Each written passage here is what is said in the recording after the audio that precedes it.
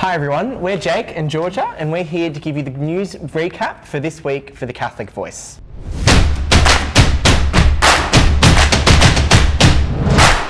So we'll start off with some local stories. So on the Catholic Voice website, there's been 2 new articles pop up. One of them is an interview with an elderly couple talking about their marriage, COVID-19 and how they share their faith. And the other one is a detailed history of the Wagga Diocese written by Father Justin Darlow. As we know, Wagga recently had Bishop Mark Edwards installed, ending Archbishop Christopher's 3 years of administration. Both of them can be found at thecatholicvoice.org.au. Great, thanks Georgia. In other news with the Archbishop, he just recently posted an article on the Catholic Voice website as well, giving us a detailed story about John Paul II's Papal Mass on June the 2nd in 1979. This was one of his first Papal Masses that he did outside of Rome, and he actually went to Poland while they were under communist control. And what's interesting about this story is that during his homily, spontaneously 250,000 people in the congregation began chanting in Latin, Christus Vincit, Christus Regnat, and Christus Imperat. Jake, you butchered that. All right, well, I'll give it a better go next time. Anyway, which in English means Christ wins, Christ reigns, and Christ commands. The full story from the Archbishop can be found on the Catholic Voice website as well. Okay, well now we'll have a bit of a chat about the youth ministry. So the Catholic Leaders Formation Network recently brought together 100 youth minister leaders from the Archdiocese of Canberra and Goulburn, the Diocese of Wagga and beyond for an online leaders formation seminar.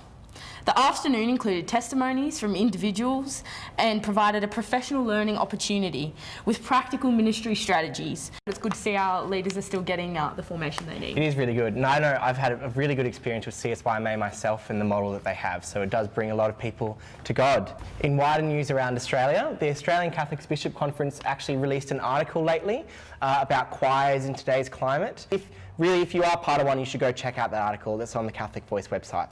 Yeah, because it's super important to keep the music as a part of the liturgies because it's essential to the celebrations. But they're just urging people to comply with the restrictions to keep everyone safe, but to really just keep that music going. Yeah, awesome. Thanks, Georgia. No worries. All right, so the next one's another national story about the angel at the Gap. This is actually a story of a man, Don Ritchie, who's a local resident at Watson's Bay in East Sydney. So there's a cliff area there called the Gap, and during the 50 years that he's lived there, he was said by his family to have saved over 500 people from committing suicide.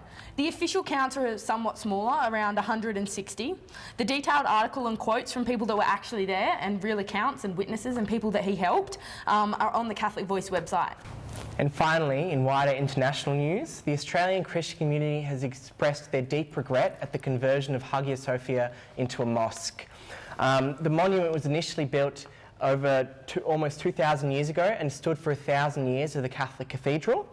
The Archbishop Mark Coleridge, along with the Archbishop of the Greek Orthodox community in Australia, have released a joint statement expressing their deep sadness and regret at this decision by the Turkish government. So just a reminder that next week is actually Vocations Week. Throughout the week we'll have videos coming out from the seminarians, so if you're discerning the light, it'd be super awesome to check those videos out. And finally, Thursday, the 6th of August, what's called a Game On program, which goes from 3:45 until 5:45. The facilitators there will be Archbishop Christopher Prowse, Hugh Warmanhoven, who is the youth coordinator in the Archdiocese, and one of our youth ministers, Teresa Corson. It's really worth going to watch this online, and it will be live streamed on the Catholic Voice YouTube channel as well. Awesome. Great. Thanks, Jake. Thanks, Georgia.